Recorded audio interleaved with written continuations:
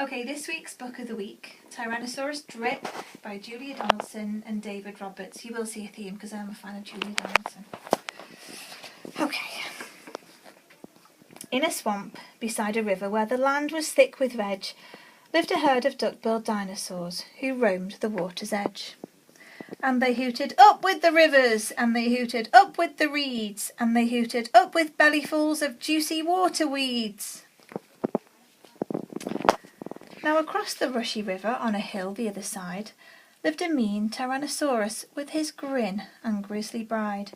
And they shouted up with hunting, and they shouted up with war, and they shouted up with bellyfuls of duck-billed dinosaur. But the two Tyrannosauruses, so grisly, mean and grim, couldn't catch the duck-billed dinosaurs because they couldn't swim. And they muttered, down with water, and they muttered, down with wet, and they muttered, what a shame that bridges aren't invented yet. Now, a little Compsognathorus, but for short we'll call her Comp, found a duckbill egg and stole it from a nest beside the swamp, and she swam with it and ran with it and murmured, clever me, and won't the baby Comps be thrilled with duckbill egg for tea? She dropped the egg in terror and went running for her life from the mean Tyrannosaurus and his grim and grisly wife.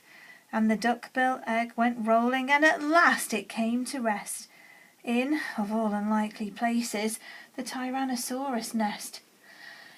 Now, the mother T had great big jaws and great enormous legs, but her brain was rather little, and she couldn't count her eggs.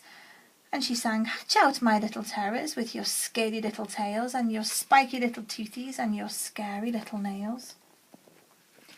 Out hatched babies 1 and 2, as perfect as could be. But Mother T was horrified by baby number 3, and she grumbled, oh, he looks weedy, and she grumbled, he looks weak, and she grumbled, what long arms, and look, his mouth is like a beak. He just needs feeding up, said Dad, and gave the babes some meat. The first 2 gulped and guzzled, but the third refused to eat. And he said, I'm really sorry. And he said, I simply can't. And he said, this meat looks horrible. I'd rather eat a plant. A plant, yelled Mum in horror. And Dad said, get a grip. His sisters found a name for him, Tyrannosaurus Drip. And they shouted up with hunting, and they shouted up with war, and they shouted up with bellyfuls of duck-billed dinosaur. Poor Tyrannosaurus Drip tried hard to sing along, but the others yelled, you silly Drip, you've got the words all wrong. For he hooted, down with hunting, and he hooted, down with war, and he hooted, down with bellyfuls of duck-billed dinosaur.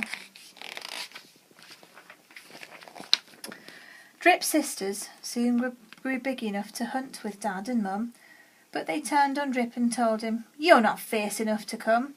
And he cried, they've gone without me, and he cried, alack-a-day, and he cried, this doesn't feel like home, I'm going to run away.